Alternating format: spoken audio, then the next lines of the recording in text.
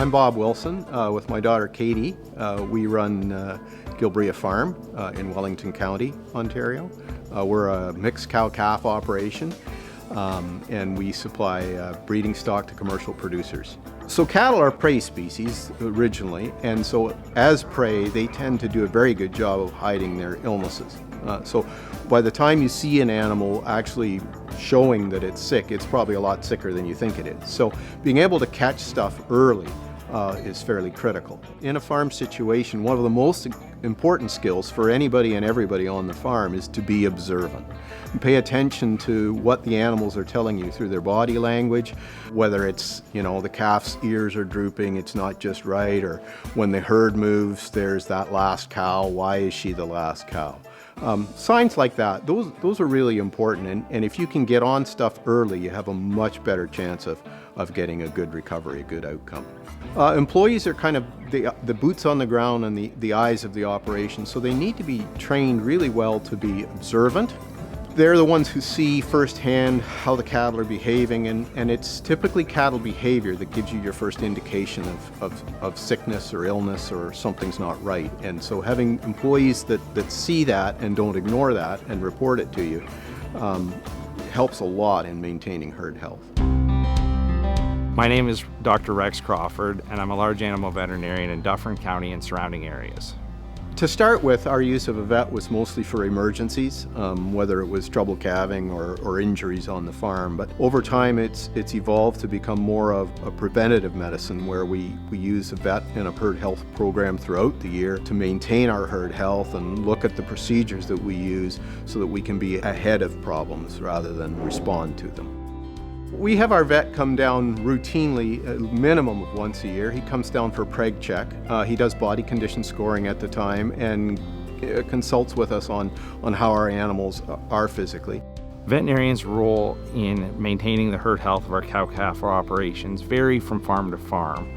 Overall, we look first to nutrition and maintaining good nutrition of the animals throughout the whole year, a sense of the body condition score of the cows and the overall health of the livestock, and they're a great opportunity for us to consult and create a plan for the future about things like vaccination programs, breeding programs, and things of that nature. As we've kind of come more to a team approach, we find we do a lot more consulting with our vet than actually having on-farm visits. And so when the vet is on farm, we find that he can consult with us on what we have in our medicine chest and certain protocols that we use in terms of dealing with newborn calves. What are the right things to do? What program should we be using for parasite control? He comments a bit on some of our nutrition program, but mostly defers to our nutritionist on that. My name's Dan Burse, and I'm a beef consultant for Agribrands, Purina, Ontario. To be out of whack on your nutrition is just such a vast amount of money lost. That's $500 to $800 depending on the operation per cow, per open cow. Cows that are you're having to cull that you probably didn't have to cull. You're only kind of guessing when you're feeding animals different ingredients, and it can get out of control. If we'd have had the nutrition balanced, knowing where you're at, knowing where you want to go, and then making our purchases as minimum as we can to get you to that place where you're not culling out cows. Katie and I find that it's been very helpful to work with a nutritionist to keep our rations balanced and generally keep the herd health at a good level. Cattle at different phases in their life have different nutrition requirements, and one of the highest nutrition requirements is with first calf heifers, so animals that have herded their first calf and are still trying to grow themselves, so they need the most energy and protein. So the nutritionist will look at our current feed inventory, and he can say, well, this material that you've got stored here is most appropriate for your first calf heifers. It has an adequate level of nutrition.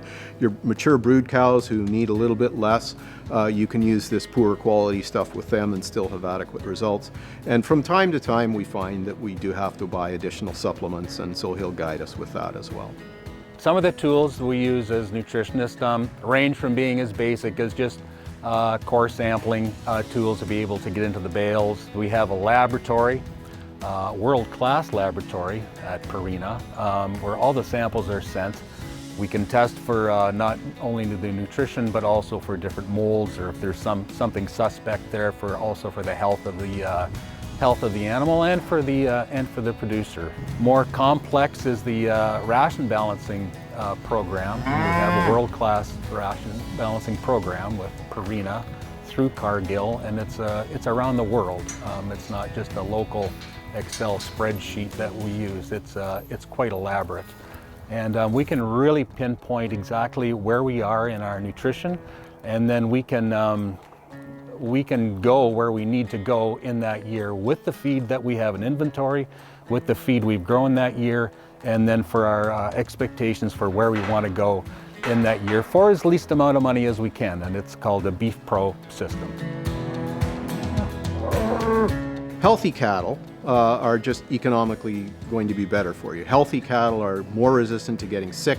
They'll do a better job of maintaining their pregnancy to the end, so you don't have as many abortions. Typically, the calves that are born out of well-nourished cows are much more vigorous, so they get up and get sucking and get going on their own. In general, you just have fewer problems with healthy cattle. While at the outset you may think it costs you money having a nutritionist, it probably saves you money. And it certainly maintains a more consistent condition on your cattle.